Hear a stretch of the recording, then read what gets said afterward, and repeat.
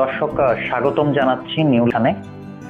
আপনারা জানেন প্রতিনিয়তই আমরা আমাদের যেসব পেশেন্টরা থাকেন যারা প্রতিনিয়ত আমাদের কাছ থেকে চিকিৎসা নিয়ে সুস্থ হচ্ছেন তাদের সেই সুস্থতার গল্প আমরা কিন্তু আমাদের ইউটিউব চ্যানেলের মাধ্যমে, আমাদের ফেসবুক পেজের মাধ্যমে আপনাদের সামনে প্রতিনিয়তই তুলে ধরি এবং প্রতিনিয়ত অসংখ্য মানুষ কিন্তু আমাদের চিকিৎসা সেবা নিচ্ছেন এবং চিকিৎসা সেবা নিয়ে তারা কিন্তু সুস্থ হচ্ছেন।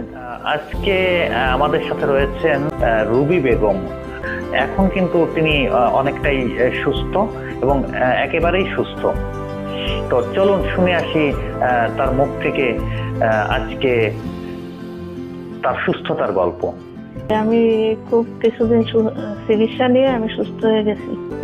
হইলো আমার ঘরে একদিন ছিলাম, একদিন থাকার পর আমার হাসপাতালে নিয়ে গেল। সেই হাসপাতাল থেকে ফেরত দিল, বললো কি এই করতে হবে, অপারেশন করতে হবে। তারপর তো এই জায়গায় আসলাম।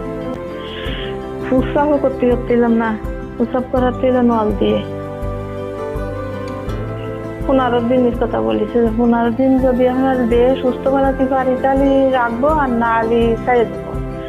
আমার তো 15 দিন হয়নি, আমার ঘরে 8 দিন 9 দিন দিছি, আর 2 দিন বাদ দিছি। 3 ভাগে 2 ভাগ সুস্থ হয়ে গেছি।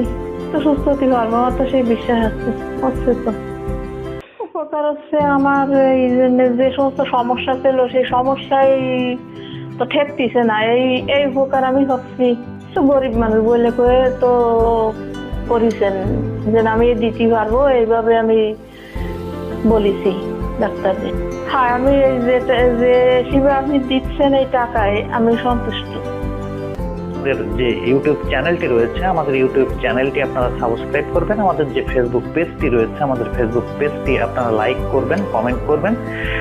আমরা প্রতিনিয়ত নতুন নতুন ভিডিও আপনাদের কাছে নিয়ে আসি এবং নতুন নতুন ভিডিওর মাধ্যমে আমাদের যে চিকিৎসা সেবা রয়েছে সেই চিকিৎসা সেবা সম্পর্কে আপনাদের কিন্তু জানানোর চেষ্টা করি। তো সবাই ভালো থাকবেন, সুস্থ থাকবেন, সবার জন্য শুভকামনা।